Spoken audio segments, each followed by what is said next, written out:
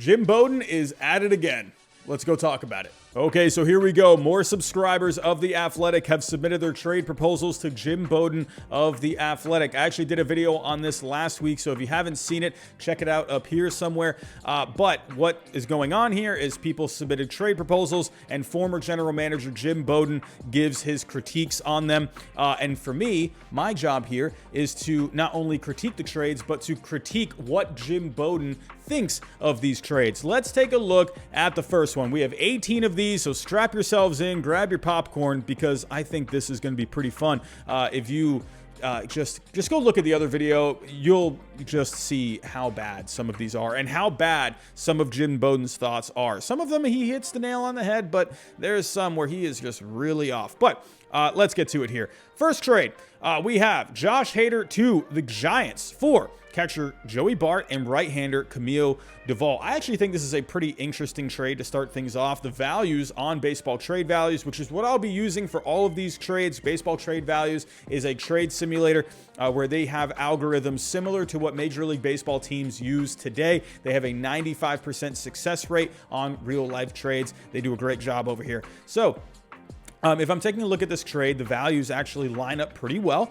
And to me, I could see people liking this trade and also people not liking this trade. For me, I kind of like this trade. You know, for the Giants, you're getting yourself a top-notch closer, one of the best in the game in Josh Hader.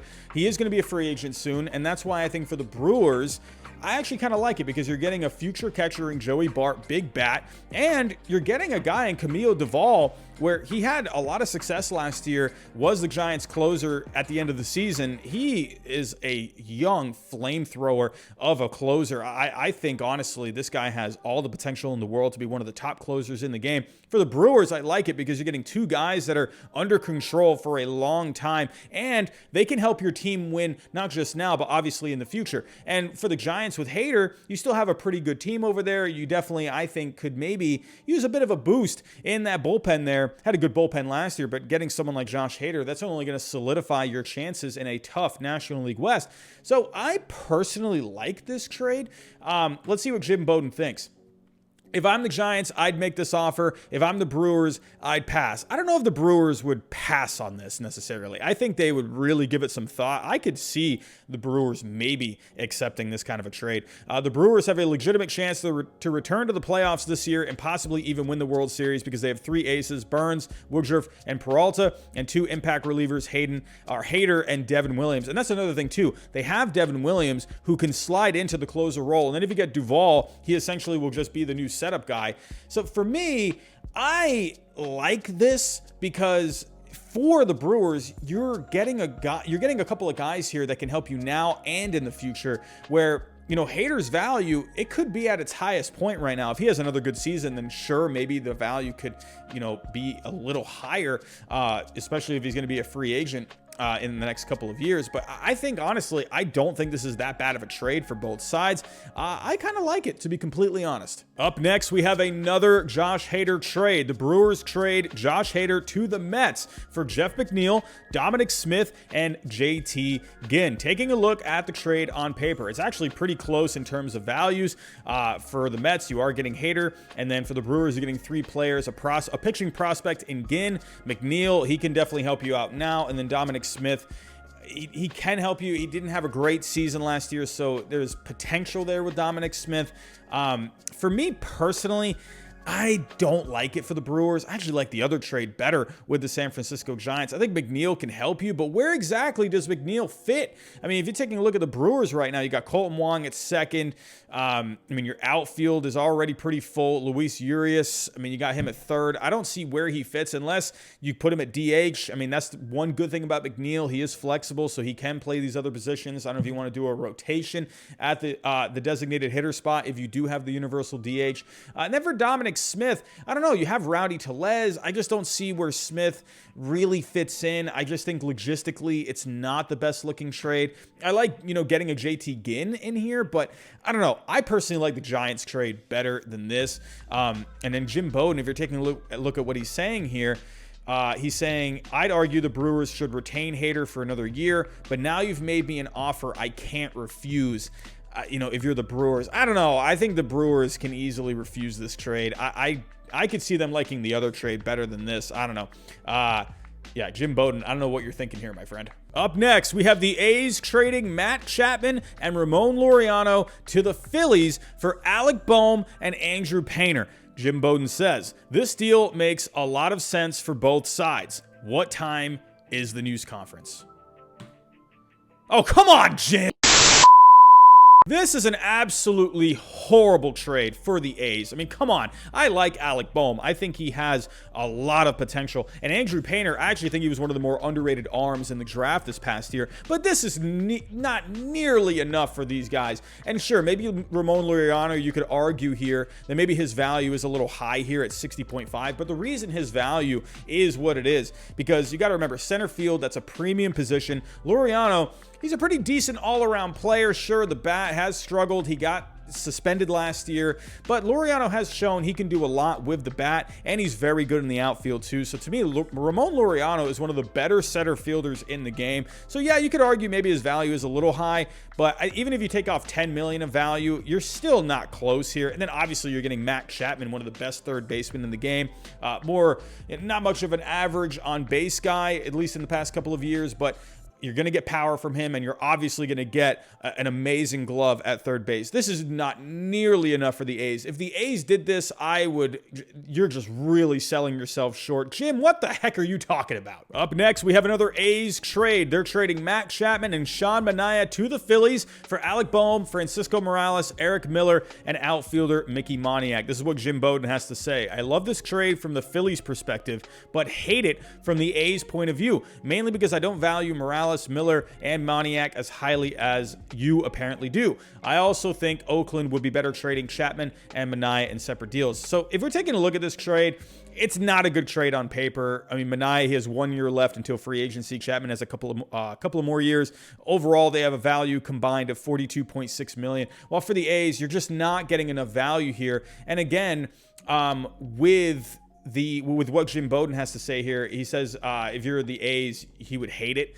I agree. I actually think this would be a terrible trade for the A's. You're giving up a lot here. Alec Bohm, I definitely think could be the centerpiece of a trade, but in this particular one, I just don't like it at all. In the next trade, the Rangers trade prospects Ezekiel Duran and Josh Smith to the A's for Sean Manaea. If we take a look at the trade, it's not too far apart. You're around $8 million of value apart here.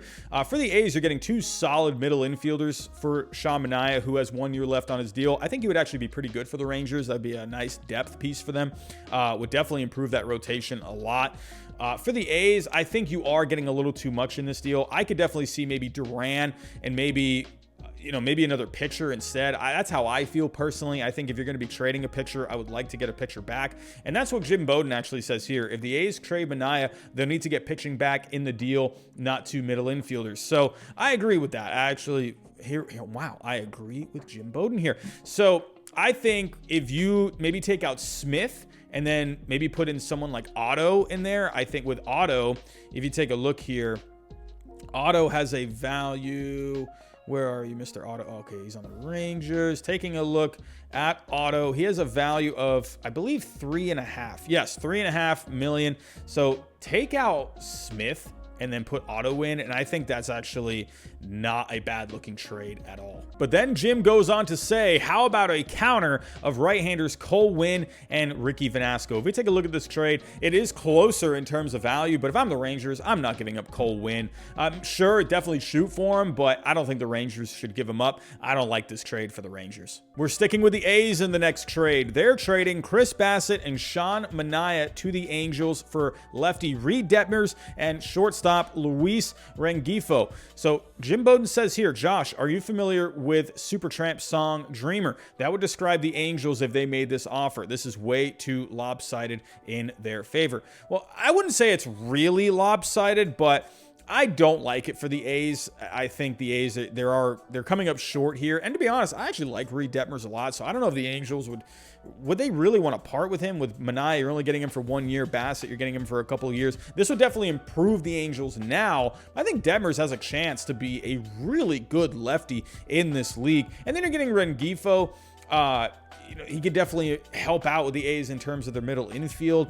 I just don't like this trade overall, but I disagree with Jim saying it's, really lopsided in favor of the Angels, because I think with the A's here, you're actually getting a really good young pitcher. I personally value Reed Detmers a lot. I think he's going to be really good. Overall, though, I just don't like this trade. In the next trade, let's get the Yankees involved. The Yankees trade shortstop prospect Oswald Peraza, right-hander Luis Gil, right-hander Yoendrys Gomez, and catcher Austin Wells to the A's for first baseman Matt Olson and a pitcher. Let's see what Jim Bowden has to say before we go look at the trade. This trade would land Matt Olson for the Yankees, but the price is too steep from their perspective unless the pitcher coming back in the deal is Bassett. Well, if we take a look at the trade, in terms of the Yankees, I think the Yankees, this is even on baseball trade values. Knowing the Yankees and how they like to operate, they would probably want more. The Yankees, they can be kind of tough to trade with. They definitely want to win deals as much as they can. For the A's, I actually like it. You're getting... First off, you're getting Peraza, a good shortstop prospect. You're getting Gil, a very good arm. And then you're getting Gomez as well. That's a good arm too.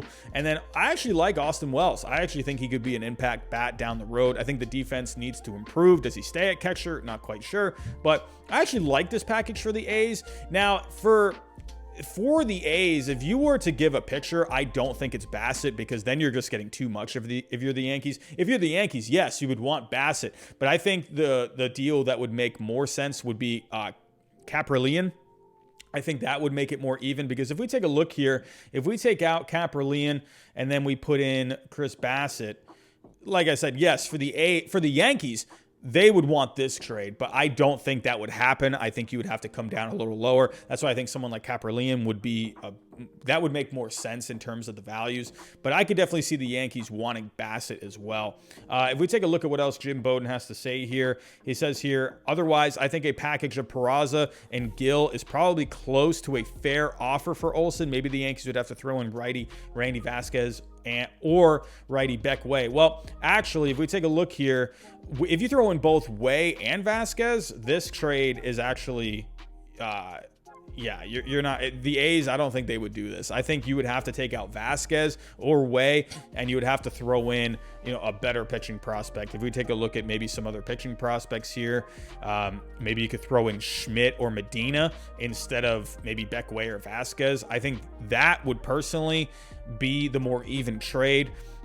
This is not far apart. It's definitely not far apart. So overall, I think Matt Olson would be a great fit for the Yankees, and I think they're just a perfect trade partner for Matt Olson. Up next, we have an interesting trade here between the Rockies and the Blue Jays. Going to the Blue Jays, we would have German Marquez and Ryan McMahon. Going back to the Rockies would be Nate Pearson, Jordan Groshans, Adam Kloffenstein, and Kevin Biggio. Now, if we take a look at this trade, the Blue Jays are winning this by a mile. You have to remember with German Marquez, he's obviously a very good pitcher. He's had a lot of success in Coors Field. He is also not expensive, and he has a lot of control under that contract. That's why you're seeing such a high value with German Marquez. And then Ryan McMahon has a decent value as well, because, he's a pretty solid player, if you ask me. Going to the Rockies, they're just not getting enough here. Groshans, that would be a really nice prospect to throw in a deal. I think Biggio would be a nice major league ready guy, where maybe a change of scenery can get him going a little bit. Maybe Coors Field can help him out. And Pearson is a really interesting piece too. His value has really diminished because he has just had a lot of health issues over the last couple of years. Pearson, I don't know if the Blue Jays would want to get rid of Pearson. I think they see a lot of potential in him. Pearson, I'm telling you, this guy's got a big arm. If he can just get his health back on track, I think he's going to be awesome. And then Kloffenstein, I think would be, it'd be an all right piece of the Rockies too. But overall, this is just too much. There's no way Ryan McMahon would have to come off this deal, and then the Rockies would have to get more in terms of prospects. If we take a look at what Bowden says here, he says, this is a fascinating trade idea, and after careful review, I'd make it if I was the Blue Jays. Yeah, I agree. If I were the Blue Jays, I would make it too. Taking a look here, I also like this deal for the Rockies. I don't like it for the Rockies. Pearson has a chance to dominate at Coors Field by missing bats. Yeah, I think Pearson, absolutely, especially with the slider that he has too. I think he would fit really well at Coors Field. And he's inexpensive compared with Marquez. Well, yeah, of course he's going to be inexpensive. But Groshans and Biggio, everyday players. Kloffenstein, back of the rotation starter. So I think for the Blue Jays, they're winning this trade by a mile. I don't think this is enough for the Rockies personally. Let's get the Mets involved here. The Mets trade J.D. Davis, Ronnie Mauricio, J.T. Ginn, and David Peterson to the Diamondbacks for Ketel Marte.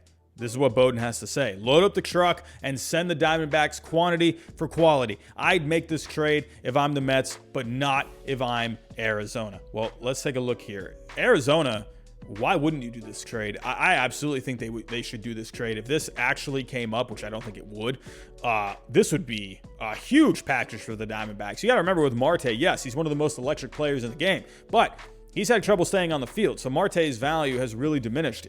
That is really hurting his value. The Diamondbacks, I think this would be too good to pass up to me. If you're getting Mauricio, he's a top shortstop prospect. Ginn, good right-hander for your system. Davis, everyday player that can help you out now. He basically would replace Marte in the lineup. And then Peterson, you're getting a solid rotation guy, a lefty. I think this would be really good for the Diamondbacks. This would be a nice package with Mauricio headlining it, one of their top prospects.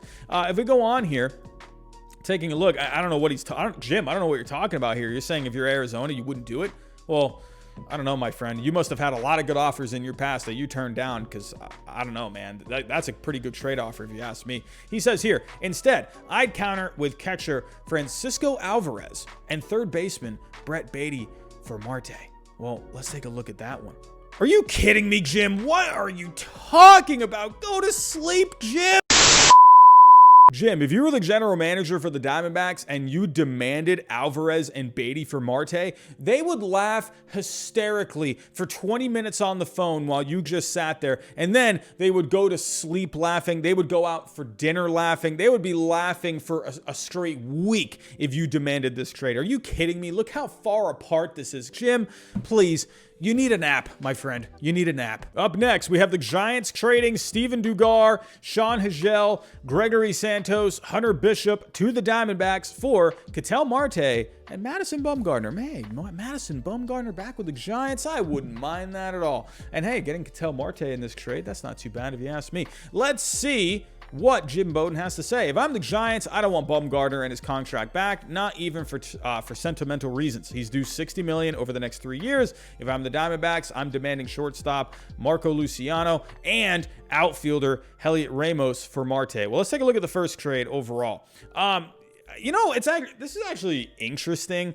I don't think the Giants would do this, but I think for the only way this would be even if the Diamondbacks would pay some of Bumgarner's contract. Then you're actually looking at it pretty evenly. Let's say the Diamondbacks here, you paid, let's say $20 million. And then if you take a look here, it's actually pretty even. So I think, hey, if you're going to pay off some of Bumgarner's contract, Marte, that'd be a pretty nice bat for the Giants, especially if, after losing a couple of bats in Bryant and Posey. I think Marte would be a pretty nice bat for the Giants.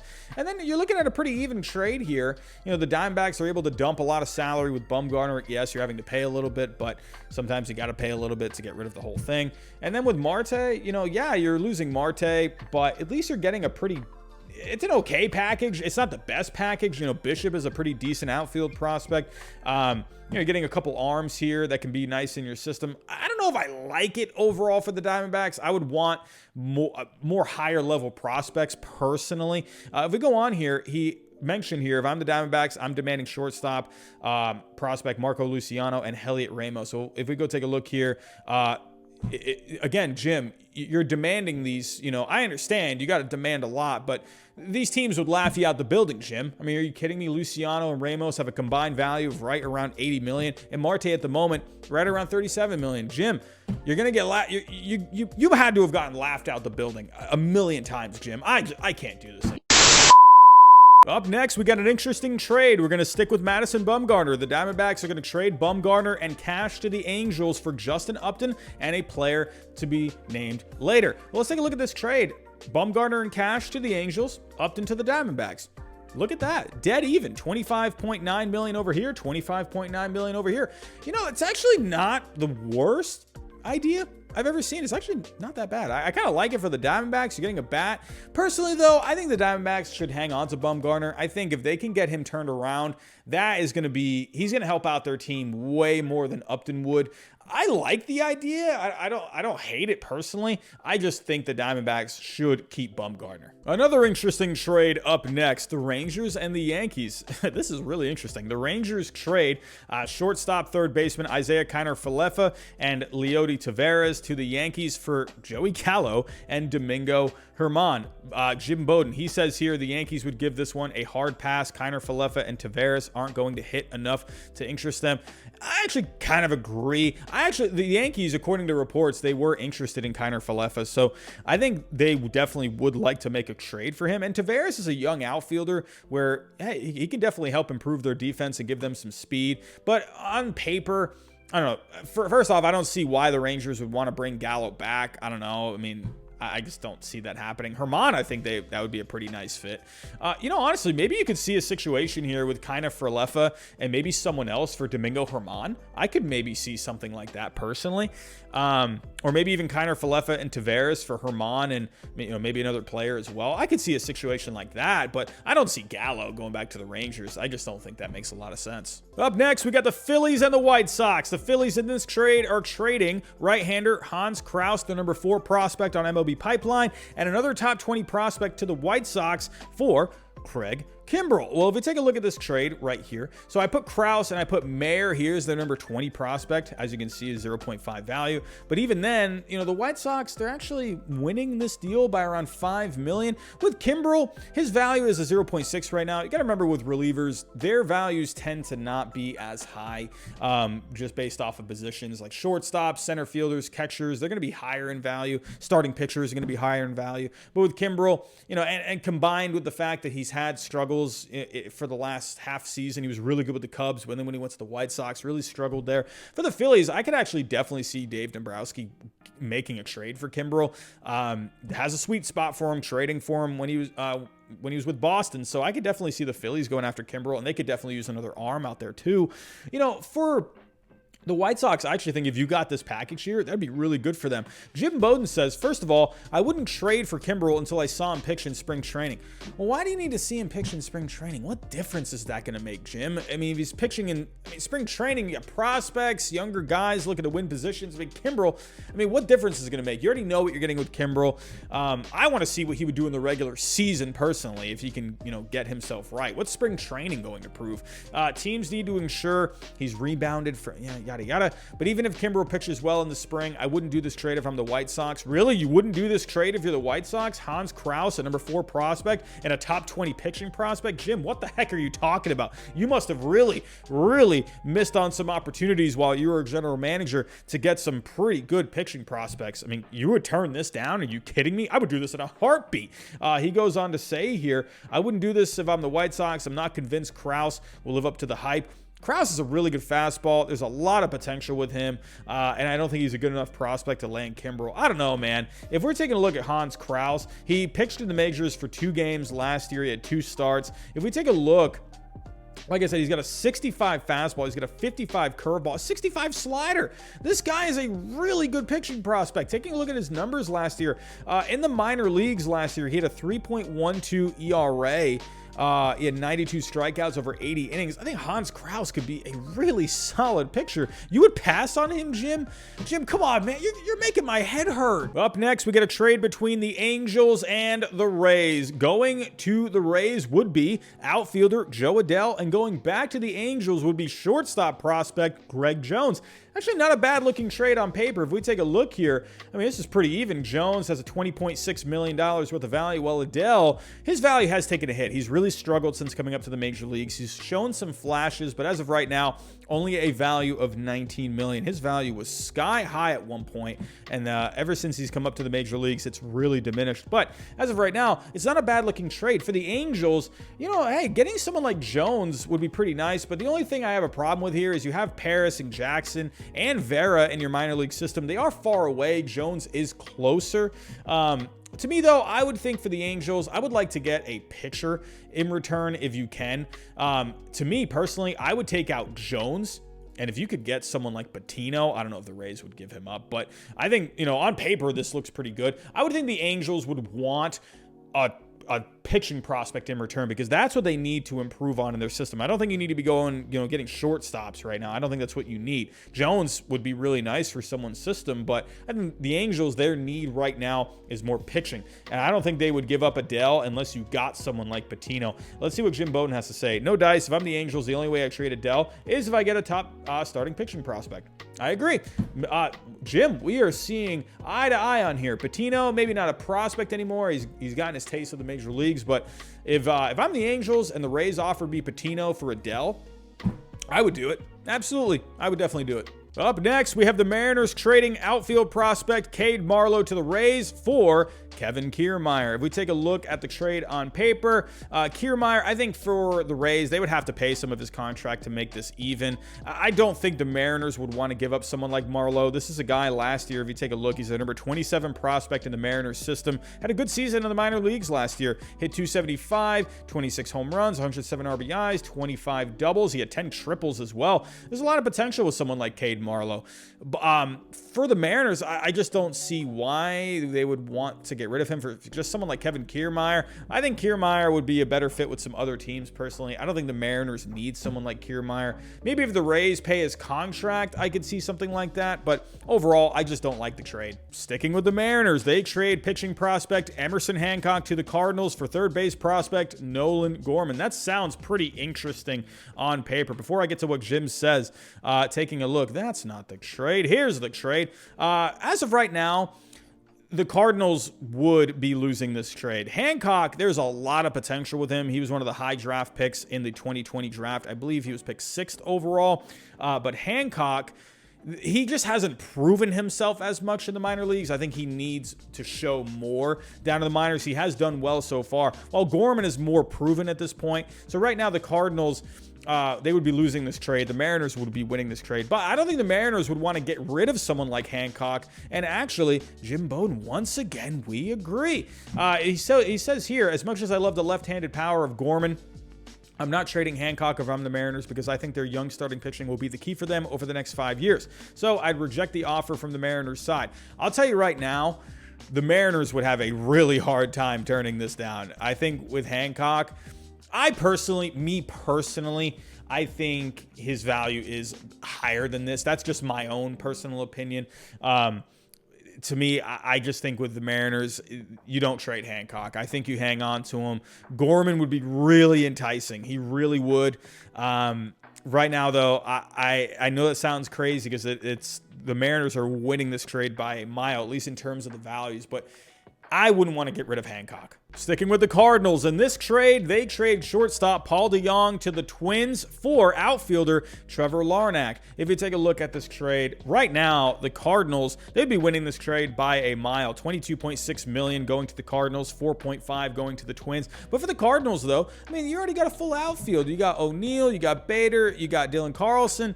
I mean, I don't see why for the Cardinals, unless you could put Larnach somewhere else. I don't know. He's definitely a talented bat. And for the Twins, you'd be getting a shortstop in DeJong. I actually think that could be a pretty nice fit for the Twins. I just don't like this trade overall. This is what Jim Bowden has to say. The Twins need a shortstop and have outfield depth. So if I'm them, I would do this deal. But I don't know if I would do this deal. Larnach, I wouldn't be giving up Larnach. That's a talented bat. Sure, you have outfield depth if you're the Twins, like Jim Bowden says here, but I mean, Larnach for DeJong, I wouldn't do that. That's just silly. But the Cardinals don't need another outfielder. And again, like I mentioned, they already have a full outfield. So I just don't think this trade really makes sense for either side. And we have reached the end. There's actually 2 versions of a trade here. Let's do the first one. The Royals trade shortstop Adalberto Mondesi and right-hander Jackson Kowar to the Angels for either Joe Adele and shortstop Denzer Guzman or outfielder Brandon Marsh and David Calabrese. Well, if we take a look, let's look at the first version. Kowar and Mondesi going to the Angels for Calabrese and Marsh. As you can see here, the Angels are losing this trade by a mile. I do like Kowar as a pitching prospect. He had a rough time in the major leagues last year, did not have good numbers at all, but Kowar definitely has potential. If you take a look at his scouting report overall, 55 fastball as of right now, only a 45 curve, but the changeup is one of the best in the game, and his command is just lacking. So that's where his value right now is only at a 45. So that's why his value is just not too high at the moment. There's a ton of potential for him though. And Marsh right now, his value is really high. I mean, he is as ready as it comes. He's done well in the minor leagues. He just needs to show it in the major leagues. Overall, this version of the trade, and then Mondesi going to the Angels, he's been hurt. I just think with Mondesi, I don't know, he's been in the majors now since 2016. I just feel like, I don't know, his best year was in 2018. I mean, I feel like he just hasn't proven himself to be healthy. The most games he played was in 2019, 102 games. He put up a 2.4 wins above replacement, but that year he had a negative 3.9 offense. I don't know. I just don't see a lot with him. Jim Bowden seems to like him, though. He says if Mondesi could stay healthy, he might become an impact player, but that's a big if. I don't know if he could even really be, what do you mean as an impact player? Like, I don't know. I just don't see it. He says here, Cowher has a huge arm, and I doubt the Royals would move him. I think the Royals would move him if the right deal was there. However, I'm a fan of Adele and Marsh, and if you want to put both in the deal, I'd sign off on it from Kansas City's perspective. Well, obviously you would, because that trade would be just ridiculous. You'd be getting so much value. If you take a look, looking at the other version of this trade, this one actually is closer. Adele and Guzman. And then Cowher and Mondesi going back to the Angels. You're still apart here. I don't like this trade either, but at least it's closer. But Jim, again, I understand as a general manager, yes, you have to, really shoot for the stars. But the demands that you're putting out there, again, teams are going to just laugh at you, my friend. That is why you just didn't have a lot of success. I'm sorry. It's just I'm just being honest here. The demands are just out of this world, and that's why teams they won't deal with you if you're just demanding those kind of players. That's way too much. Adele with 19 million, Marsh with 47. That's way too much for just this. So either way, I don't like either trade, and I'm not sure what Mr. Jim is talking about here. So those are my thoughts on another round of trades submitted to Jim Bowden. Tell me what you think of the trades down below. Did you like any of them? Do you agree with any of my thoughts? Do you agree with any of his thoughts? Let me know down below in the comments. And again, if you didn't see the last video, make sure you go check that out. But that's all I have for right now. Thanks for watching, and I'll talk to you next time.